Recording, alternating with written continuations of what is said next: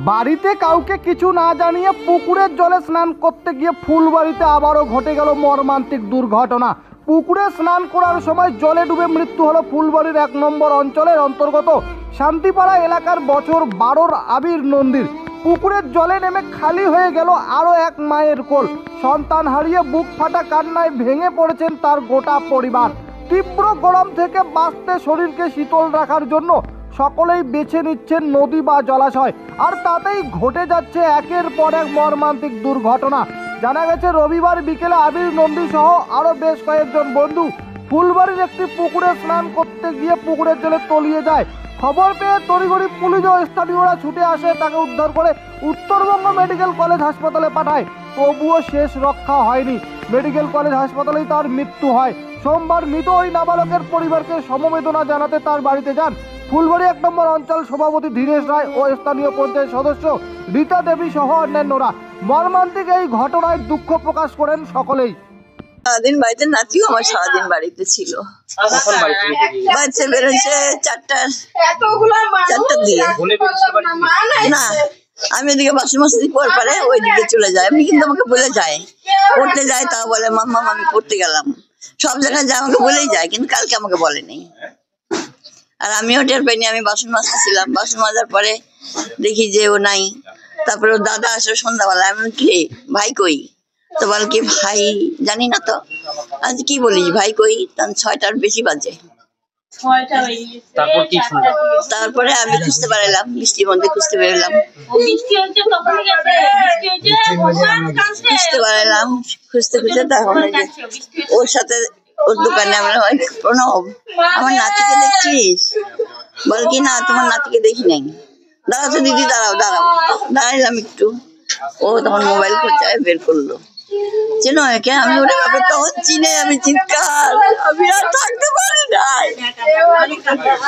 তখনই চিৎকার বেড়ে আমি বললাম আবির নন্দী। হ্যাঁ, বয়স 11। আসলে যে ঘটনাটা ঘটেছে এটা তো সত্যি মানে ব্যথা জানাবার ভাষা নাই। আমরা একটু সমবেদনা দেওয়ার জন্যই আসছি। তো কি বলবো, এটা তো আর মানে ভাষায় প্রকাশ করার মতো জিনিস না, তারপরে করতে হবে। এটা হচ্ছে হরিপুর নিজপাড়া ঘটনাটা ঘটেছিল। ওখানে পুকুরগুলো আছে, ওখানে প্রায় স্নান করে সবাই, কারণ যেহেতু অনেক গরম পড়েছে। আর কালকে ছিল শনিবার, আর বিকাল 4টার পরের ঘটনা। ওই সময়টা একটু শুনশানে থাকে জায়গাটা। তো বাচ্চারা কিভাবে গেল সেখানে, কেনই বা স্নান করতে নামলো বিকালবেলা, সেটা স্নান করতেই গেছিল। সেখানে অনবরত স্নান করে প্রচুর লোক এই গরমের মধ্যে। আমরা যতটুকু শুনেছি ওখান থেকে, আমি যতটুকু শুনেছি যে সেখানে ওর সাথে আরো 3 জন ছিল, কিন্তু কারা 3 জন, যেহেতু আমার বাড়ি হরিপুর বা ছোট ছোট বাচ্চাদের চেনাটাও সম্ভব না, তো তারা কারা এখনো বোঝা যাচ্ছে না। 12 বছর হবে, 12 বা 13 এরকম হবে বয়স। আমি নিজেই গেছিলাম মেডিকেলে।